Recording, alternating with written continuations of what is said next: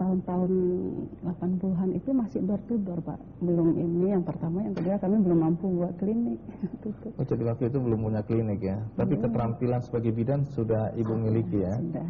Jadi Ibu setiap hari datang ke rumah-rumah begitu. Iya. Iya. Ini menawarkan jasa atau dipanggil? Dipanggil. Dipanggil untuk datang ke rumah dan melakukan persalinan di sana. Iya, di rumah.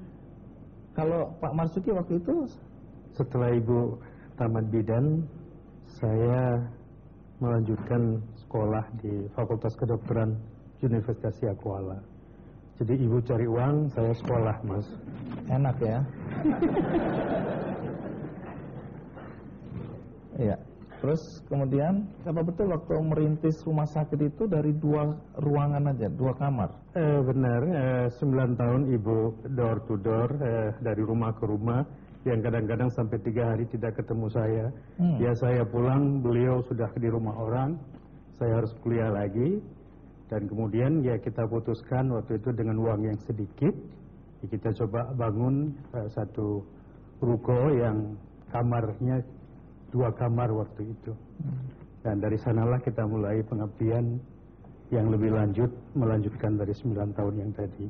Nah, pada saat sebelum tsunami menghancurkan rumah sakit Anda, itu sudah berapa ruangan yang dibangun waktu itu? Dari rumah bersalin itu kita kembangkan sampai kita mendapatkan status rumah sakit umum.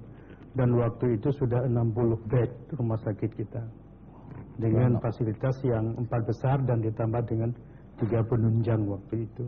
Berapa perawat dan berapa mungkin dokter yang ada di situ waktu itu? Pada saat terakhir menjelang tsunami itu sudah 100 perawat kita pekerjakan di sana. Boleh tahu apa yang terjadi pada keempat anak Anda ketika tsunami menghantam rumah Anda, kemudian merusakkan juga rumah sakit? Apa yang terjadi pada keempat anak Anda? Yang kami tahu dan mendapat informasi dari salah satu security yang selamat waktu itu,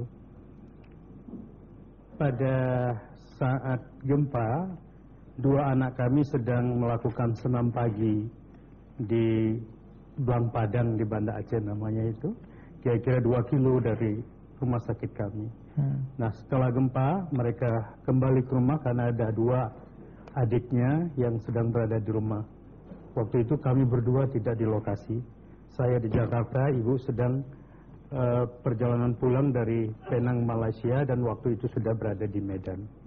Beliau sudah terbang pada hari Minggu itu, tapi pesawatnya tidak bisa mendarat karena menurut informasi tidak ada pemandu di Sultan Iskandar Muda. Jadi pada hari itu sebenarnya sudah menuju ke Ibu sudah Banda Aceh ya, tapi tidak bisa mendarat pesawatnya. Nah, informasi lebih lanjut, Mas Andi, saya mendapat gambaran bahwa anak-anak sudah berada di depan rumah sakit setelah gempa, dan anak saya yang tua yang pada waktu itu sudah mahasiswa Fakultas Kedokteran dengan adiknya itu ikut membantu menurunkan pasien-pasien yang ada di lantai 2 dan di lantai 1. Jadi itu beberapa saat setelah gempa ya? Benar, Mas. Jadi masih sempat menolong korban-korban yang pasien-pasien di lantai 2 dan 1 itu sudah dikumpulkan di depan rumah sakit dengan harapan untuk menenangkan. Setelah itu baru beberapa menit kemudian air bah datang. Setelah itu kami tidak tahu bagaimana prosesnya, Mas.